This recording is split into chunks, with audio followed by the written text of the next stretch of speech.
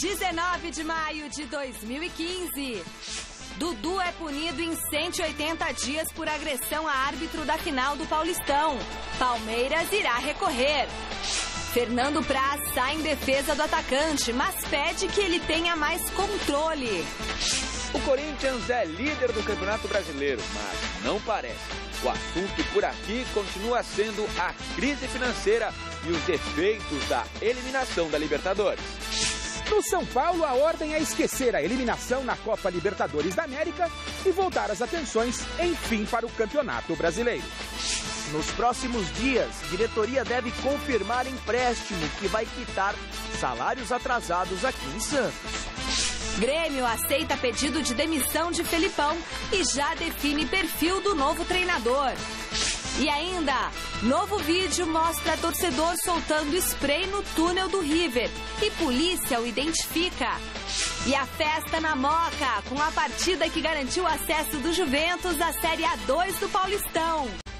Hello, boa noite! Terça-feira quente. Gazeta Esportiva no ar. Ontem você viu aqui no nosso programa o início do julgamento do atacante Dudu do Palmeiras e nós ficamos devendo o desfecho dessa história para você, que o Flávio Prado já deu uma adiantadinha, né? Como já era esperado, o gancho não foi pequeno. Veja na reportagem de Felipe Sboriu. Na noite desta segunda-feira ficou definido aqui no plenário da Federação Paulista de Futebol a suspensão do atacante Dudu por 180 dias. O jogador agrediu o árbitro Guilherme Sereta de Lima na final do Paulistão. Foi expulso depois de se estranhar com Giovânio dos Santos e lamentou a decisão do tribunal. Dudu, é importante você falar porque, enfim, é uma punição grande, o Palmeiras vai recorrer disso, mas como é que você recebe essa notícia, cara? Triste, né? Triste porque sei que não iria ser esses 6 meses, né? Então, como se fosse um ato muito forte. Eu espero que deixe na mão dos meus pessoal aqui que eles... Está confiante que eles possam resolver essa situação? Vamos trabalhar bem para reverter isso. O Palmeiras tentou desqualificar o artigo 254A, agressão ao árbitro, para ato hostil. Os procuradores e também o juiz do tribunal não aceitaram esta descaracterização. E mesmo assim, o jogador foi punido com 180 dias. O Palmeiras promete agora recorrer da decisão. A gente aceita, entende, verifica que o tribunal hoje é um tribunal que está tentando agir com mais rigor. Agora, o rigor, de certa forma, tem que ter um limite, tem que obedecer à tipificação correta do artigo. Na humilde opinião da defesa, não aconteceu. O artigo de agressão não é o artigo correto. A gente vai trabalhar para alterar isso. E tem confiança que, ao final, a pena vai ser alterada. Além desta punição de 180 dias, o atacante Dudu recebeu ainda um jogo de suspensão justamente pela expulsão, que terá que ser cumprido no Campeonato Paulista. Ainda o Palmeiras foi multado em R$48 mil por ter atrasado o início da decisão do Paulistão. Grande noite para você que acompanha o Gazeta Esportiva. A questão da punição, nem vou entrar muito no rigor da pena, está escrito, eu acho que o jogador tem que pensar 2 vezes antes de uma atitude intempestiva. Eu sinceramente, para muitos sou rigoroso, né? Para mim não. Eu acho que o jogador, não adianta ficar com aquele discurso, estava com a cabeça quente no calor da emoção. Se a gente partir do pressuposto que o calor da emoção justifica tudo que é feito de errado, não existe mais crime. Simples assim. Então, o jogador profissional, ele tem que ter a cabeça no lugar. Ele tem que compreender que não adianta ele discutir com o árbitro e nem chegar de maneira agressiva sobre o árbitro. E nada como uma punição rigorosa para o jogador pensar 2 vezes antes de repetir o feito. Mas a gente sabe também que essas penas, o Flávio Prado falou isso aqui, ele deu a sentença e já deu também o resultado do recurso. Ele deu 180 dias mais 3 jogos. Isso, e que depois seria revertido 3 jogos e revertido em cesta básica. Não, então, 3 jogos. Então vamos aguardar, né, o desfecho do recurso que será implantado pelo Palmeiras. Ou será movido pelo Palmeiras. Chico Lang. Bom, Celso, boa noite, Michele, boa noite a todos vocês. Eu discordo totalmente do que o Celso falou e discordo totalmente dessa sentença rigorosa, descabida, uma sentença que não tem pé nem cabeça. Tem que se botar uma coisa bem clara. O Tribunal do Futebol, ele não tem que punir, ele tem que corrigir. É diferente de punir, gente. É diferente de punir. Você não pode. É mais ou menos como se você estivesse numa escola. Você não prende, você não bota o aluno na cadeia porque ele jogou o giz da professora. Ninguém faz isso. O cara não vai preso por isso, mas ele é suspenso dentro da escola porque ele agiu de forma inconveniente. Então, o jogador de futebol, a justiça desportiva não pode ser comparada à justiça comum, onde o sujeito mata o outro. Isso sim é um crime grave. E tira uma vida. Ou ele vai lá e rouba uma coisa que não é dele. Então, isso aí sim atenta contra o outro. Aí, nesse caso, você tem que punir rigorosamente. Agora, a justiça desportiva é uma palhaçada. A justiça desportiva é uma caricatura da justiça comum. E o Dudu não pode pegar 6 meses de punição por uma bobagem que ele fez. Se você parar um pouco para pensar, se ele parasse para pensar, ele não tinha nem corrido para cima do juiz. O juiz é o dobro dele. E eu fiquei sabendo, o Godoy me falou, que esse cara aí, o Sereta, além de ser grandão, fortão, ele briga bem. Então, quer dizer que você imagina, um ato, uma criancice. Foi uma criancice, uma bobagem. Então, não pode ser punida com rigor exasperado da lei. 6 meses. Não existe isso. Não existe isso.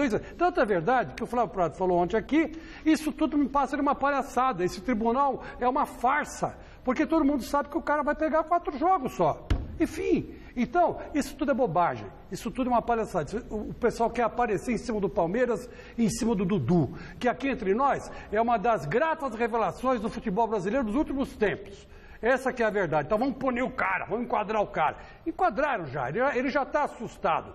Aposto com vocês que ele nunca mais vai fazer isso na vida dele. Tribunal é uma palhaçada, não devia existir justiça comum.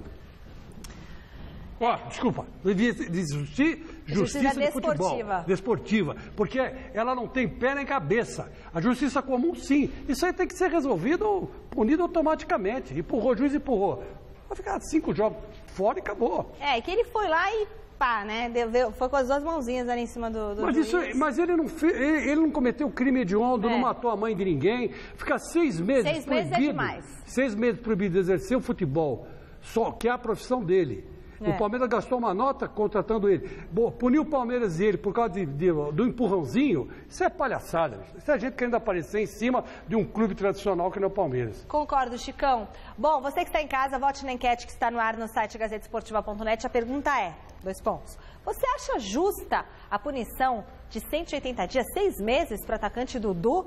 Sim ou não? Pense bem, 6 meses sem o cara poder trabalhar? Acesse o site, vote o resultado no final do programa de hoje. O Chico Lang já disse que não. Celso Cardoso? Acho que sim. 6 meses para ele esfriar a cabeça e aprender a nunca mais fazer isso. Muito rigoroso, Celso. Não é. Pega o histórico do Dudu. Todo jogo esquentadinho, quer brigar com um, quer brigar com outro, aí vai para cima do juiz. Assim que tem que aprender. Outra coisa, correção. Pensar assim que correção, não cabe. O Maradona não teria ficado 6 meses parado. O Pelé com uma cotovelada no rosto do Uruguai durante a Copa do Mundo teria ficado 6 meses parado. O Renato Gaúcho, então, nem teria completado a carreira dele, porque em todo jogo que ele jogava ele aprontava. Então, enfim, se você for punir o craque, se você for punir os talentos que tem no futebol por causa de um ato impensado, o primeiro a ser punido era o Pelé. Porque o Pelé batia, o Pelé devolvia as pancadas que ele levava. Jogar então, Celso? Mas não, joga com fair play. É simples. Bom. Eu não estou entendendo vocês. E o Messi, pior o Messi que não deu autógrafo para um velhinho, deixou o velhinho. Você acha, por exemplo, vamos transferir para cá. Se eu sair daqui e me revoltar porque você fez um comentário no te der um empurrão. Você deu um empurrão. O que você vai achar? O que a direção vai fazer? E o futebol é um universo paralelo? Não, é um universo paralelo. As pessoas têm que se comportar. É um universo paralelo, sim, senhor. É um universo de esporte. Você está praticando um esporte, meu. Você não está invadindo uma favela, você não está invadindo uma comunidade. E as pessoas têm que se respeitar. É diferente. Aí isso vai dar 3 jogos para você, ou melhor, 3 programas. Olha aqui, ó. Entendeu? O jogo imita a vida, mas não é a vida, cara. Não, eu acho. O jogo não é a vida. A vida, sim. A vida sim. A vida imita a arte.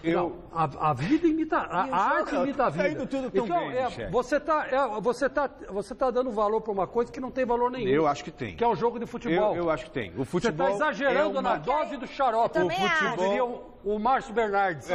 Márcio Bernardes. Eu sei que muita gente... Está exagerando na dose do xarope. Eu sei que o tempo é curto, mas eu preciso só fechar esse raciocínio. Fecha. Eu sei que muita gente defende a tese de que o futebol é uma brincadeira. Não é uma brincadeira. Lógico é uma extensão. Não é, É lúdico. É lúdico, que movimenta milhões, que movimenta milhões de reais, de dólares, que faz a pessoa gastar um dinheiro para sair da casa dela para assistir a partida de futebol. É uma extensão da sociedade. E mas assim não pode como ser é uma extensão. com o mesmo rigor. Tem que ser, é isso que eu estou dizendo. Então, você quer que seria... pra cadeia, Celso? Não, então, se fosse com o mesmo rigor da justiça comum, iria para cadeia. Não vai. Celso. Responde à justiça desportiva. Não, se for justiça comum, assim. não iria acontecer nada Gente, com ele. eu posso achar que a punição foi justa? Pode achar. Bom, obrigado. E se agredir, que a punição 3 foi programas justa, de suspensão Pode da ser Michele. quarta, quinta e sexta para emendar o final de semana? Pode. Olha, é o seguinte, você pode pedir o que você quiser, mas que isso é uma bobagem, é. Tanto é verdade que o Flávio disse ontem, tem razão, daqui vai reverter para 5 jogos e acabou. Então quer dizer que não existe justiça desportiva. Isso é tudo um tribunal falso, um teatro. É uma coisa que no teatro. Então eu prefiro ver coisa melhor. Copa Libertadores da América. Um novo vídeo divulgado pela Fox Sports da Argentina na noite de ontem mostra o torcedor que espirrou o spray de pimenta no túnel de acesso ao campo utilizado pelos jogadores do River. Nas imagens, é possível ver o momento em que o torcedor espirra algo na parte de trás do túnel dos visitantes. Ele já foi identificado. É Adrian Napolitano, parente do Celso, conhecido como Panadeiro. Ele enviou uma mensagem de áudio para um jornalista do jornal Olé, que foi divulgado por um canal de televisão argentino. Na gravação, o Adrian disse que não imaginava que a situação chegaria aonde chegou, que ele frequenta estádios há 25 anos e que ele nunca teve problema nenhum. Afirmou ser trabalhador, ter família e acordar às 4 da manhã todos os dias sem nunca ter conhecido uma delegacia de polícia. Ele disse que está assustado, que não sabe o que fazer, que quis morrer quando se deu conta do que aconteceu. Aí a cara dele foi para... Todo mundo ficou descobriu quem é, né? Aí a situação ficou feia.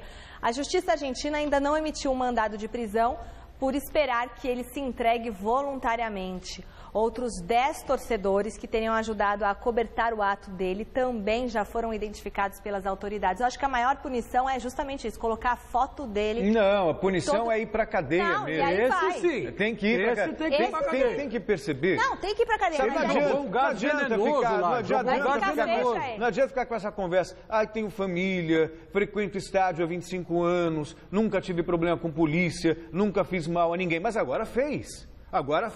A pessoa foi mal intencionada, fez lá uma mistura de pimenta com ácido para queimar o jogador do rival. Você falite lá no cara do River Plate que aspirou isso. E outra coisa, todos sabem da minha simpatia pelo Boca. Eu já disse isso aqui antes do julgamento e repito agora. O Boca deveria ter ser excluído da Libertadores por 2 anos no mínimo, e ter o estádio interditado, que é para a torcida aprender. E outra coisa, não adianta comparar esse negócio que aconteceu lá do Boca com o que aconteceu em Oruro com o Corinthians. Porque conta muito a geografia do negócio aí. O que quer dizer? O Corinthians foi na casa do adversário e soltou um rojão na torcida do adversário. E o imbecil que fez isso matou o menino de 14 anos. A geografia, o Corinthians estava fora, estava na casa do adversário e fez isso. No Boca não, o Boca estava jogando em casa e a torcida do Boca jogou um veneno dentro do campo para causar um dano físico aos jogadores do River. Então, a geografia da coisa é que tem que ser contada. Então, concordo com o Celso, concordo. Lá na Bolívia morreu um, mas o Corinthians estava fora da casa dele. Se fosse na casa dele, tinha que ser suspenso, sim, interditado o estado durante muito tempo, como devia estar acontecendo com o Boca. Só não aconteceu porque o Boca é forte no bastidor da Argentina. E não vai acontecer nada com o Boca também. Essa pena que deram, se for o caso, vai até ser amenizada. Porque descobriram uma pessoa. O Corinthians também deveria ter sido excluído. Bom, falando aí na principal competição... A geografia conta.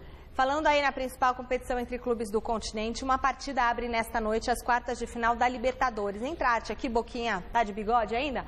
O Emelec do Equador enfrenta o Tigres do México às 10 horas no estádio Modelo, em Guayaquil. O jogo de volta acontece na próxima terça-feira em Monterrey. O vencedor desse confronto vai enfrentar na semifinal o Internacional ou o Santa Fé da Colômbia.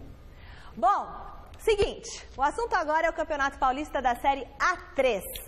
Votuporanguense, Juventus, Taubaté e Atibaia conseguiram acesso e irão disputar a Série A2 no ano que vem. O primeiro confronto da final acontece no próximo final de semana em Votuporanga, onde o votuporanguense decide o título da competição contra o Taubaté. Parabéns a todos, mas eu quero também dar um parabéns especial ao meu Juventus, que mesmo não chegando à final, fez a festa dos torcedores, parou a moca, todo mundo lotando o estádio da Rua Javari. Veja na reportagem especial do Fernando Gavini. Programa dominical preferido para quem vive na Moca e gosta de futebol. Assistir ao jogo do Juventus. Como diz o cartaz, morar no bairro, comer canole e ver o time ganhar não tem preço. Ainda mais na rodada decisiva do Campeonato Paulista da Série A3. É uma coisa maravilhosa, inexplicável. Essa torcida aqui, a gente não tem o que reclamar. Eles são, sem dúvida, nosso 12º jogador e com certeza eles fazem toda a diferença. Palavras de Léo, que há 2 anos e meio defende o Juventus, acostumado com a presença maciça da torcida, que neste domingo lotou a Rua Javari, esgotando todos os 4.000 ingressos colocados à venda. Todo esse clima seduziu Gil a voltar aos gramados, depois de praticamente 5 anos sem jogar. Quando eu decidi voltar, quando eu recebi o convite, a gente já estava com o pensamento em poder voltar e fazer novamente, e sentir novamente isso aqui. Mas a gente sabe que tinha que ser com muito trabalho. Tudo que eu passei antes nos outros clubes, eu também trabalhei muito, então eu sabia que ia ter que trabalhar. Aos 34 anos, Gil reencontrou no Juventus o prazer de jogar futebol. Com 7 gols marcados, foi fundamental na campanha da equipe no campeonato. Muito prazer, corri até o final, né? Lógico que a gente não tem a perna de antes, mas a gente tem a vibração e a vontade, como sempre, de um menino. No jogo contra o Grêmio Osasco, em que o Juventus precisava ganhar para subir de divisão, Gil teve participação decisiva. No primeiro gol, soltou a bomba na trave, que Daniel Costa aproveitou o rebote para marcar.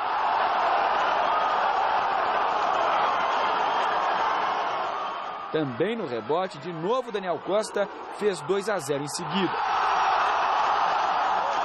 No terceiro gol, Gil começou a jogada no meio-campo. Tocou para Adiel lançar Daniel Costa, que encheu o pé para mandar a bola para a rede. O Grêmio Osasco descontou no segundo tempo, mas o Juventus transformou a vitória em goleada no cruzamento de Diogo, que Léo completou de cabeça. Teve muita gente que achou que ele nem ia fazer mais nada e fez os gols dele, aí ajudou a gente, teve partida que decidiu, teve a partida que ele fez 4 gols aí também, foi muito importante para nossa trajetória. Ali é muita experiência, né, meu? Os caras têm muita bagagem, muito tranquilo na hora de finalizar, no próprio vestiário, e a humildade deles também é sensacional. Apesar da goleada por 4-1, o Juventus não conseguiu a classificação para a final, porque o votuporanguense venceu a Inter de Limeira. Mas aqui na Rua Javari não há espaço para lamentação. O importante é comemorar o acesso para a Série A2 do Campeonato Paulista.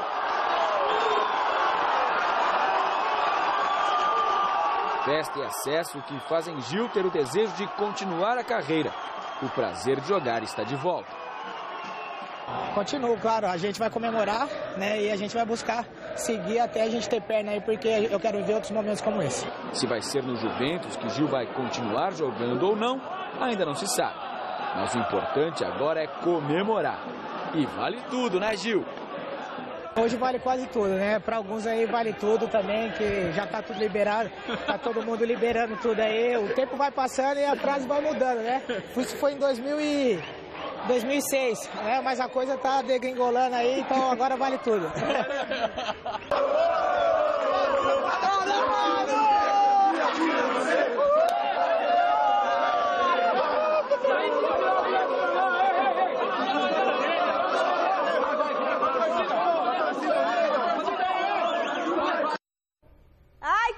Brasil! Juventus, Juventus, eu estou aqui. É o hino do Juventus. Um dia eu canto todinho pra vocês, que o Barba não vai deixar agora.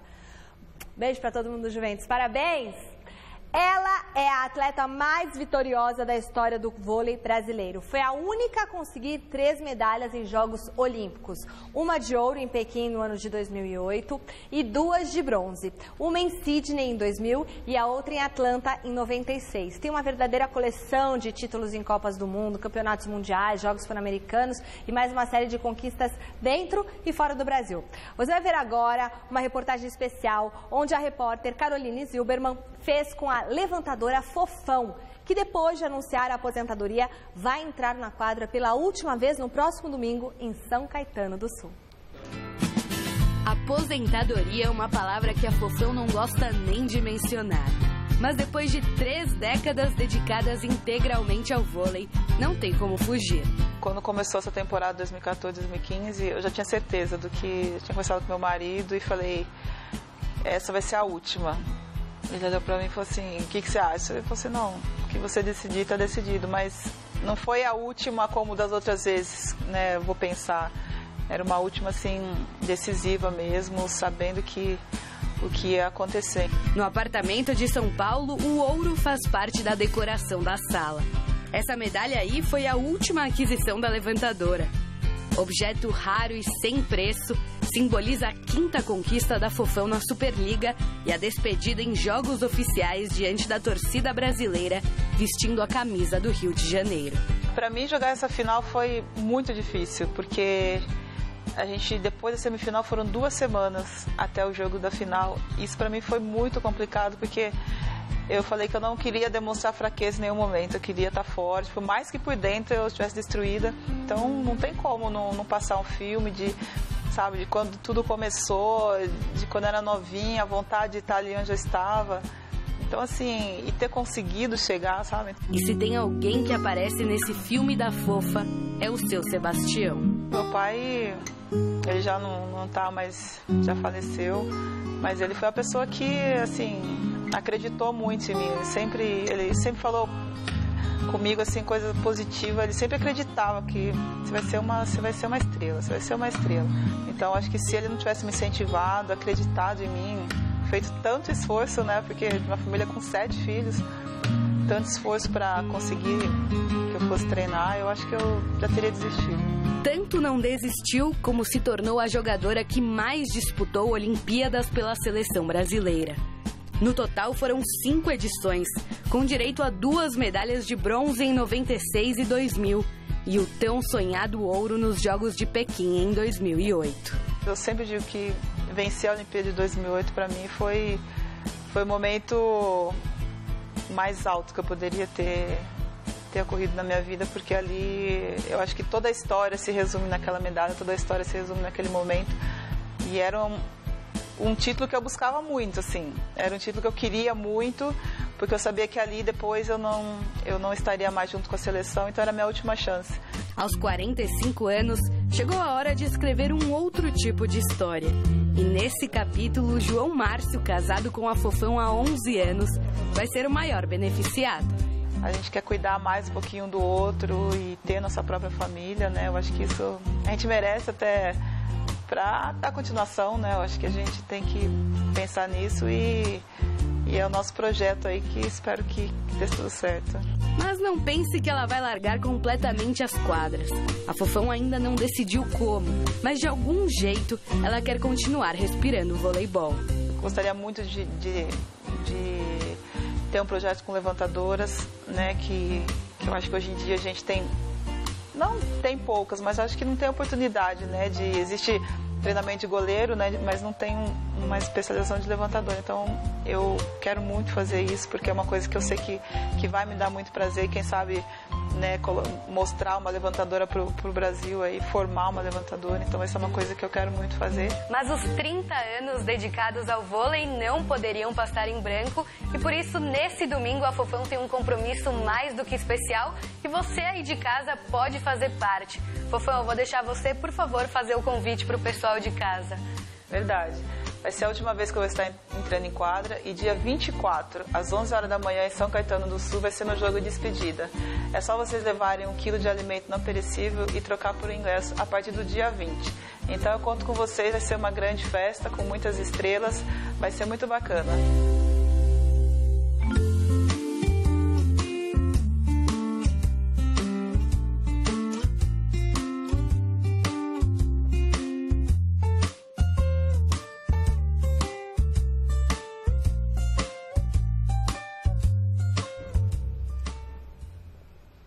Muito legal, hein? Todo mundo tem que prestigiar a Fofão. Os ingressos para o jogo de despedida dela podem ser retirados a partir de amanhã nas bilheterias do próprio Complexo Esportivo Lauro Gomes, na Avenida Walter Tomé, número 621, em São Caetano do Sul, ABC Paulista, das 9 às 17 horas. Basta levar 1 quilo de alimento não perecível e trocar por uma entrada. O jogo festivo acontece neste domingão, 11 da manhã, entre as amigas da Fofão e a Seleção Pequim 2008, sob o comando de Bernardinho e José Roberto Guimarães. Olha que legal, show, né? O assunto agora é handball. Em 2013, ninguém acreditava que a seleção brasileira feminina pudesse conquistar um título mundial. Mas depois que a medalha de ouro se tornou realidade, o Brasil passou a entrar na mira das superpotências europeias. O repórter Alexandre Silvestre acompanhou o treino das meninas, que terão uma temporada com muitos desafios pela frente. No exato instante em que a seleção brasileira de handebol feminino entra no ginásio desta escola em São Caetano do Sul, no ABC Paulista, as crianças terminam a aulinha de educação física. Esporte do dia? Adivinha? O que você acha mais legal aqui na quadra quando você joga handebol? Trabalhar em equipe com meus amigos. E você, gosta do que no jogo? De passar bola. E quem que gosta de fazer gol, pô? Através da seleção a gente pode crescer muito mais, né? Porque eles vivendo essa oportunidade de presenciar os treinos, talvez uma evolução e uma procura melhor pela modalidade ajude a ampliar o número de praticantes. Nova geração que pode tomar gosto pelo handebol ao ver de pertinho a equipe campeã do mundo. Em 2013, na Sérvia, pela primeira vez na história, as brasileiras conquistaram o ouro numa disputa deste porte. Evolução tupiniquim, introduzida por um treinador estrangeiro. Morten Solberg nasceu na Dinamarca, superpotência na modalidade. Desde 2009, comanda a nossa seleção. E o nível vem subindo. A experiência de muitos atletas em clubes tops da Europa ajudou muito. E eu convenho que a Confederação junto com o COB fez com o clube Hypo na Áustria, que rolou 3 anos e eu fiz parte também. Eu acho isso realmente ajudou muito em relação de dar um crescimento da seleção brasileira.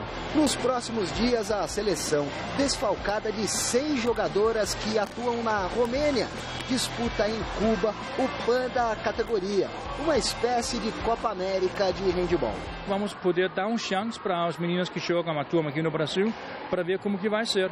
É a primeira vez para várias que vão jogar na seleção adulto na próxima semana. Em seguida, tem os Jogos Pan-Americanos em Toronto, no Canadá. No fim do ano, Mundial na Dinamarca, terra natal do professor Morten, onde a experiente pivô Dani Piedade, 36 aninhos, pretende ser bicampeã.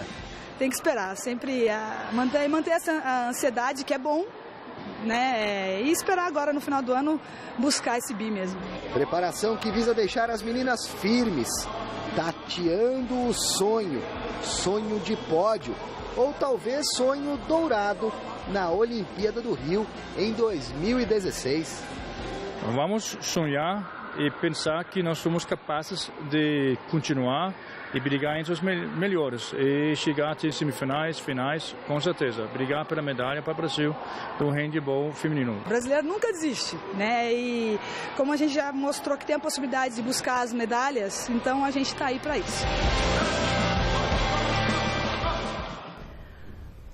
Seguinte, quero agradecer o Gé, do Ateliê Artes e Decorações, pelo quadro que ele mandou para mim e para o Chico Lang. Esse aqui ele mandou para o Bruninho, meu filho. Olha que gracinha, até acende. Bruninho, obrigada, viu, seu Gé? E para o Chico Lang ele mandou um quadro especial do Corinthians. Obrigada pelo carinho mesmo e um beijão para o senhor e para todo mundo que trabalha aí com o senhor. Muitas felicidades para o senhor. 2 partidas serão realizadas nesta noite pelos jogos de volta da segunda fase da Copa do Brasil. Entra a arte, Boquinha. Tá de bigode ainda?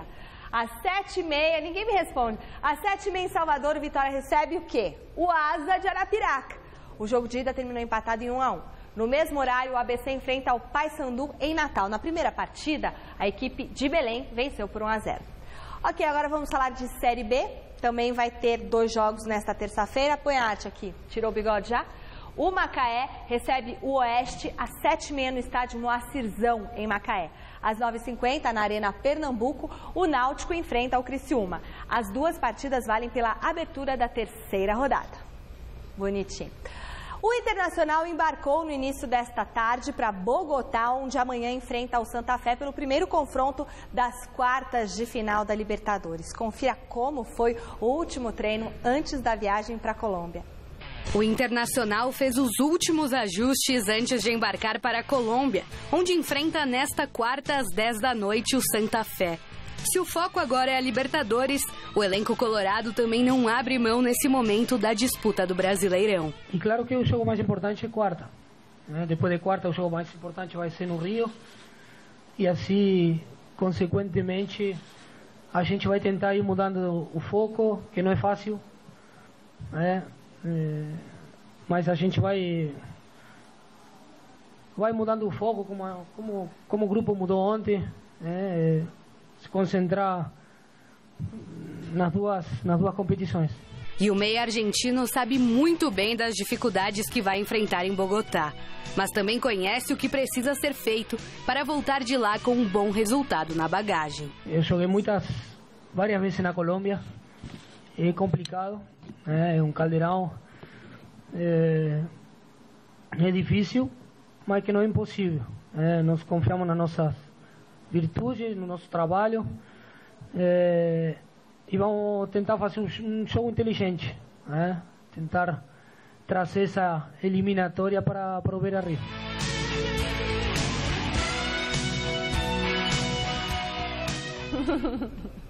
O assunto agora é o Brasileirão, que precisou de apenas 2 rodadas para fazer a primeira vítima entre os 20 técnicos que disputam a principal competição do país.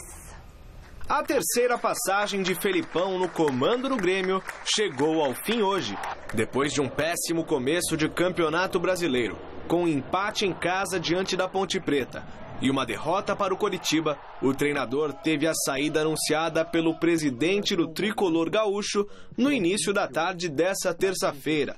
O auxiliar Flávio Murtoz e o preparador físico Darlan Schneider acompanham o técnico na debandada. Quem vai comandar o Grêmio a partir de amanhã, de hoje à tarde já, é o James Freitas, juntamente com o Rogerinho, quer dizer, treinador que vem da base, e o Rodriguinho. O Rogerinho já é um treinador, já é o preparador físico auxiliar, vai fazer essa função até lá. Nós temos possibilidade, sim, de encaminhar uma contratação até o final da semana e temos possibilidade de não. O nome de Cristóvão Borges é um dos mais cotados para assumir o cargo. O perfil que nós vamos buscar é um perfil que está disponível no mercado, quer dizer, o Grêmio não tem muitas opções. Lamentavelmente, os treinadores, grande parte dos treinadores no futebol brasileiro estão empregados. Tem hoje um que outro treinador desempregado, que poderia ser avaliado, e também tem treinadores do futebol gaúcho, né, que tiveram aqui grande passagem. O Grêmio é um grande formador de treinadores também.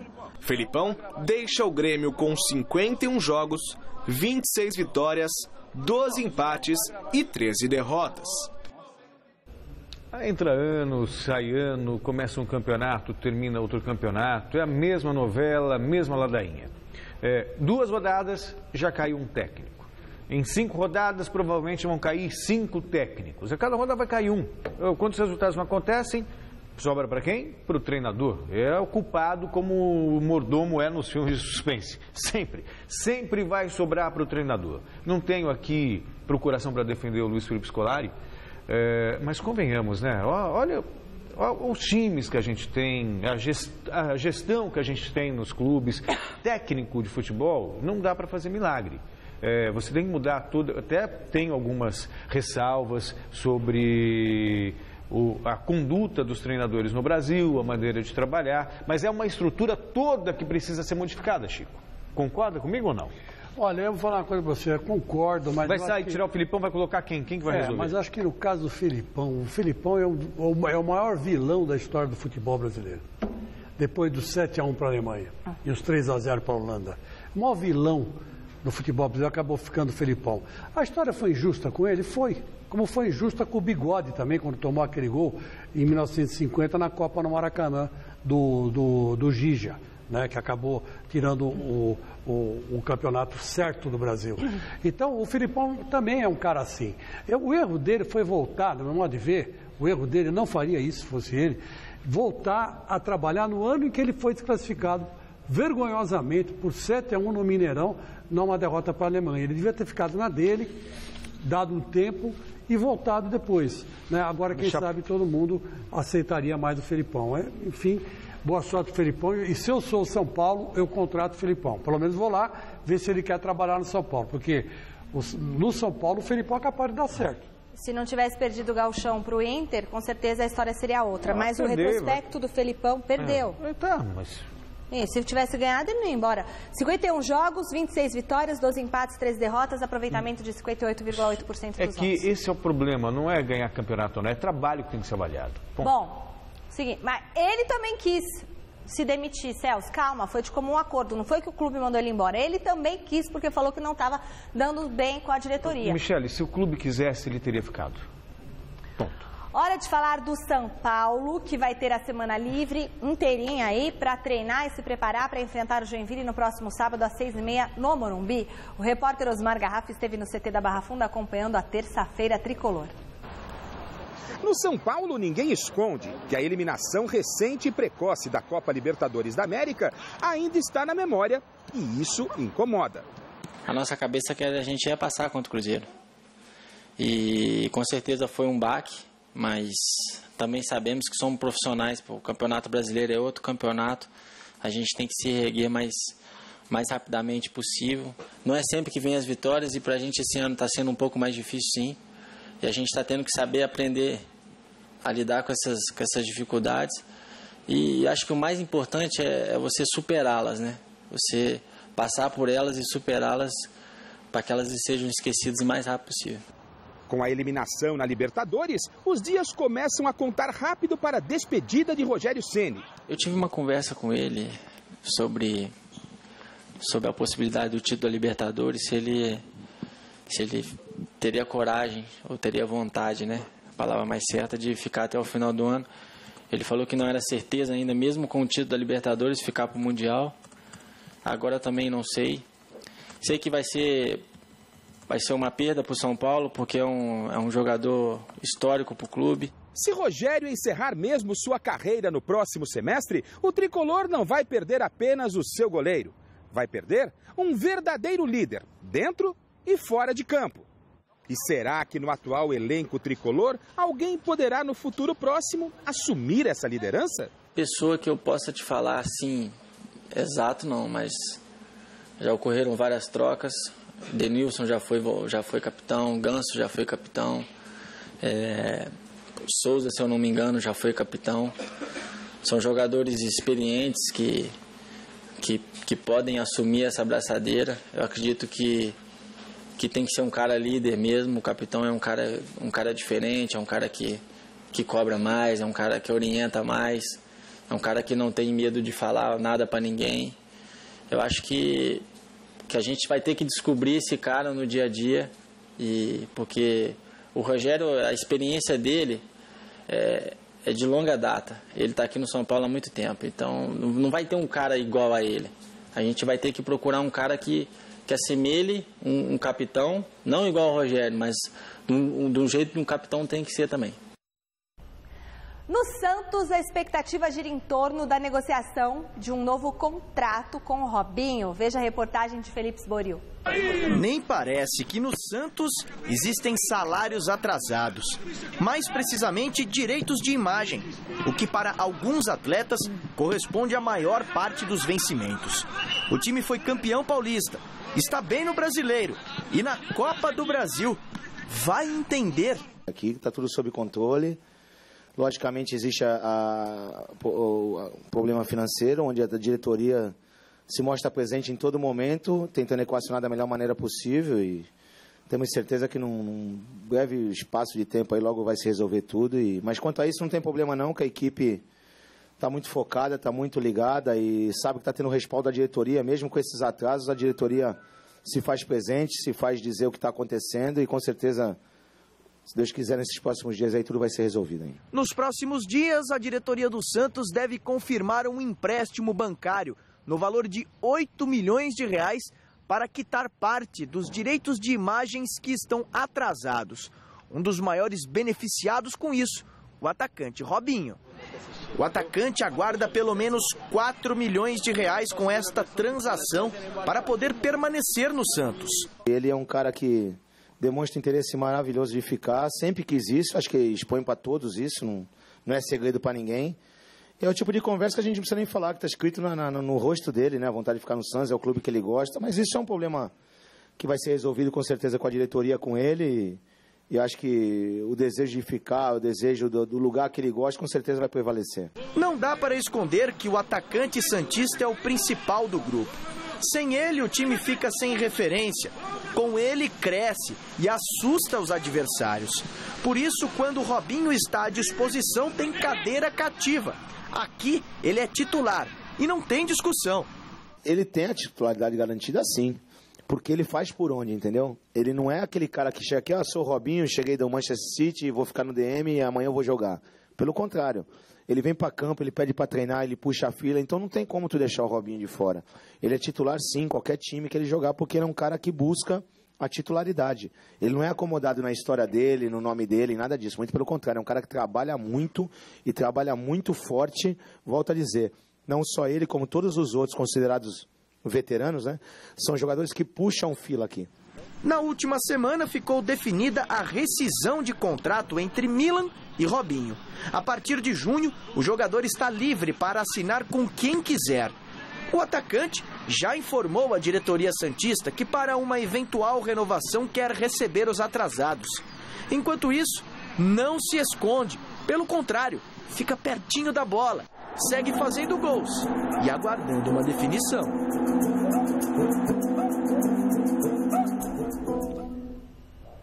Claro que o Robinho gosta muito do Santos, mas a advogada dele deu uma entrevista hoje dizendo que o Santos não é prioridade, que se ele receber uma proposta do Flamengo vai ser maravilhoso e que eles vão começar a ouvir todas as propostas hoje e que vai ser fechado o que for mais interessante para o jogador. Então, não tem essa de coração falar mais alto, não. Corinthians, após a eliminação da Libertadores para o Guarani do Paraguai, a ordem é enxugar cada vez mais a elevada folha salarial. Confira as últimas notícias do Timão com Fernando Gavini. O Corinthians é líder isolado do Campeonato Brasileiro. Único time 100% da competição, mas nem parece. O principal assunto por aqui tem a ver com a queda de rendimento do time na temporada, que culminou com a eliminação da Libertadores para o modesto Guarani do Paraguai. A gente tem o objetivo de ganhar o Brasileiro, chegar entre os primeiros, buscar uma Libertadores brasileira, a gente tem que ganhar em casa. Claro que a gente pode jogar mais, pode melhorar e vai melhorar, mas eu acho que brasileiro também se vê mais, e na situação que está a gente vindo de uma eliminação, acho que a vitória, de repente, é mais importante do que jogar bem naquele momento. O tema não fica restrito ao futebol. Os problemas financeiros vêm à tona a todo momento. Há jogadores sem receber os direitos de imagem há 10 meses. Por conta disso, mudanças no elenco devem acontecer. Uma proposta da Europa é esperada por Gil. Petros está perto de acertar com o Flamengo. E Matheus Cassini, um dos destaques do time campeão da Copa São Paulo de Juniores deste ano, pode ser negociado com o Palermo da Itália.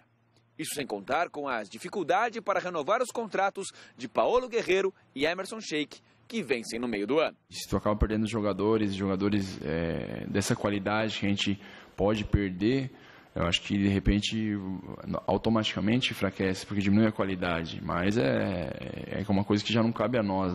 A saída de alguns jogadores é a maneira encontrada pela diretoria do Corinthians para tentar ajustar a folha de pagamento e pagar em dia os jogadores, que mesmo sem receber o combinado, têm sofrido com críticas da torcida e chegaram a ser chamados de mercenários contra a Chapecoense. A gente joga no Corinthians, é um time grande, um time de torcida, um time de muita pressão. Já estou acostumado, já estou 3 anos aqui. Mas acredito que esse mercenário, coisas que foi um pouco excessivo. Todo mundo trabalha, todo mundo se dedica aqui. E mesmo com a situação, com problema financeiro, ninguém deixou de trabalhar, de correr. Mas o torcedor não quer saber. Depois da eliminação na Libertadores, ninguém tem escapado das críticas. Nem mesmo ídolos do clube como Cássio. Esse é o futebol, né? Futebol é assim mesmo, às vezes a gente falha, erra. O importante é ter a cabeça boa. Se eu começar já todo jogo invicto, se eu ficar mais 3, 4 jogos invicto, eu vou voltar a ser o mesmo goleiro que eu era. Não é só Cássio que quer voltar ao padrão do começo do ano. Todo o time precisa fazer a mesma coisa. O caminho para isso é superar as críticas e continuar vencendo. Aqui no Corinthians é ganhar, né? Nós temos que ganhar. Vitória vai trazer tranquilidade. Aqui não tem um meio termo, ou tá mais ou menos, ou tá bom ou tá ruim. Eu acho que não tem que dar bola para a torcida, no sentido, sabe, de pressão, de energúmenos, mercenários, não é essa a questão. Você tem que, repito aqui, o Tite falou isso recentemente, tem que apostar num trabalho. E tem como referência o que aconteceu no passado, Chico. O Corinthians foi eliminado pelo Tolima, numa pré-Libertadores, focou no Campeonato Brasileiro, foi campeão para no ano seguinte ser campeão da Libertadores, quer dizer, então o trabalho estava numa linha correta. As derrotas acontecem, ainda mais num processo de formação de equipe. Não adianta agora mandar todo mundo embora, sabe, desfaz do time. Acho que tem que ter muita calma e muita serenidade. Se não dá para renovar por questões financeiras, é um bom argumento. Mas que a derrota para o Guarani não seja justificativa. Eu já penso diferente. Eu acho que a volta do Tite para o Corinthians agora, nesse momento, em termos de resultado, foi desastrosa. Se você fizer uma análise, ele perdeu um campeonato paulista para o Palmeiras dentro da Arena e foi desclassificado da Libertadores disputada dentro da Arena. Foram 2 eliminações dentro do estádio do Corinthians, da casa do Corinthians. E eu sei, não estou pedindo aqui para que o Tite saia, não é isso. Mas esse elenco que está aí tem que ser repensado. Tem que ser repensado. O Sheik não vai renovar? Não renova. Vai embora, tudo bem, obrigado, Sheik, tchau. O nosso querido Guerreiro está pedindo 15 milhões de dólares? Vai pedir 15 milhões de dólares lá no Peru, sabe? E assim vai. O Corinthians é grande demais, vai arrumar gente para substituir e vai dar um jeito de montar um bom time. Agora, pera um pouco, foram 2 desclassificações em menos de uma semana, em 10 dias. O Corinthians perdeu 2 campeonatos, que todo mundo achava que ia ganhar. Então agora, sabe? Não, vamos esquecer, não vamos esquecer não. Sabe, tem que se reavaliar a coisa. E outro negócio, o Guerreiro não nasceu lá dentro do Corinthians, eu nasci sozinho, você nasceu sozinho, aqui todo mundo nasceu sozinho. Então o Corinthians sobrevive sim sem esses caras. Sobrevive. Agora precisa ser inteligente, contratar jogadores no bom nível técnico para manter essa coesão que o time tem. O time é consistente, o time é um time competitivo. Agora, é que teve 2 fracassos seguidos, 2 vexames seguidos. Então, aí o trabalho tem que ser reavaliado, sim. Querem manter o Tite, mantém, mas os jogadores vão ter que ser trocados. Não serviram, esses aí não servem. O voto do Tite vai ter um peso muito grande para definir o futuro do Sheik. Sheik, 156 jogos, 26 gols, 6 cartões vermelhos, 5 títulos. O Palmeiras voltou aos treinos hoje. O próximo compromisso do Verdão é contra o Goiás no domingo de manhã, ainda em busca da primeira vitória no Brasileirão. Mas é claro que o assunto do dia na academia de futebol foi a punição do atacante Dudu. Veja na reportagem de Adriano Dolfi. Em 2 jogos no campeonato, 2 pontos somados para um time cheio de contratações no ano. Os próprios atletas reconhecem que o Palmeiras está devendo o melhor futebol. Claro que a gente vai passar mais ou menos pelo mesmo processo que passou no Campeonato Paulista, né? Como eu te falei, é um outro campeonato, é praticamente um outro futebol. E a gente já teve essa prova nessas 2 rodadas. Pegamos um time considerado grande e um time pequeno, e a dificuldade foi imensa com os dois. Então a gente, pela expectativa que se criou em cima da gente de ser um dos favoritos ao título, com certeza a gente tem que crescer, tem que mostrar mais do que a gente mostrou até agora. A entrevista foi com o goleiro Fernando Praz, mas o principal assunto do dia por aqui passou bem longe da meta palmeirense. A punição de 6 meses de suspensão para Dudu. Na opinião do goleiro, injusto. Eu acho que não foi agressão. A gente tem inúmeros exemplos de agressão. Inclusive, eu acho que a defesa do Palmeiras usou vídeos para mostrar a diferença do que é a agressão e um ato hostil. O Dudu, erradamente, ele reage contra o árbitro, mas não vejo agressão ali. Na visão de Fernando Praz, empurrão é diferente de agressão. A visão que eu tenho é essa: agressão para mim é soco, chute, pontapé, derrubar o cara no chão. O Dudu realmente teve o contato físico com o árbitro, mas tanto que no caso de outros jogadores, o juiz chegou a cair no chão. Tal a força empregada. O Dudu simplesmente encostou e deu um empurrãozinho no juiz, tanto é que o Sereta mal se mexe no lance. Em meio a esta polêmica, será que o Palmeiras e o próprio jogador não estão pagando um preço alto pelo perfil polêmico do atleta? É um risco da personalidade dele. Ele tem que obviamente, tentar se controlar. Ninguém está dizendo que o Dudu tem que fazer isso, que é certo fazer isso. Muito pelo contrário, totalmente errado. Tanto é que ele foi e vai ser punido. E ninguém está aqui para dizer que ele tem que ser inocentado, longe disso. E que ele possa, em cima de um momento difícil, de uma coisa que vai marcar com certeza ele, a carreira dele, que ele possa dar a volta por cima e daqui a um tempo ele servir de exemplo, mostrar que ele cometeu um erro em determinado momento, mas que desse erro ele conseguiu tirar lições que fizeram ele um jogador mais forte, um jogador vitorioso, e que ele possa ter fazer um discurso dessa maneira daqui para frente. Muito bem, resultado final da enquete de hoje do site gazetesportiva.net. Você acha justa a punição de 180 dias para o atacante Dudu? E deu que não. Não, deu que sim. 57% dos votos. Pessoal, muda voto aqui que é uma loucura. Sim, 57% dos votos. Mas eu acho que é não. Então está desqualificada essa enquete aqui. Gente, o Gazeta Esportiva termina aqui. Um beijo para vocês. A gente se encontra amanhã. Fala. A gente se vê a seguir no Jornal da Gazeta. Até já.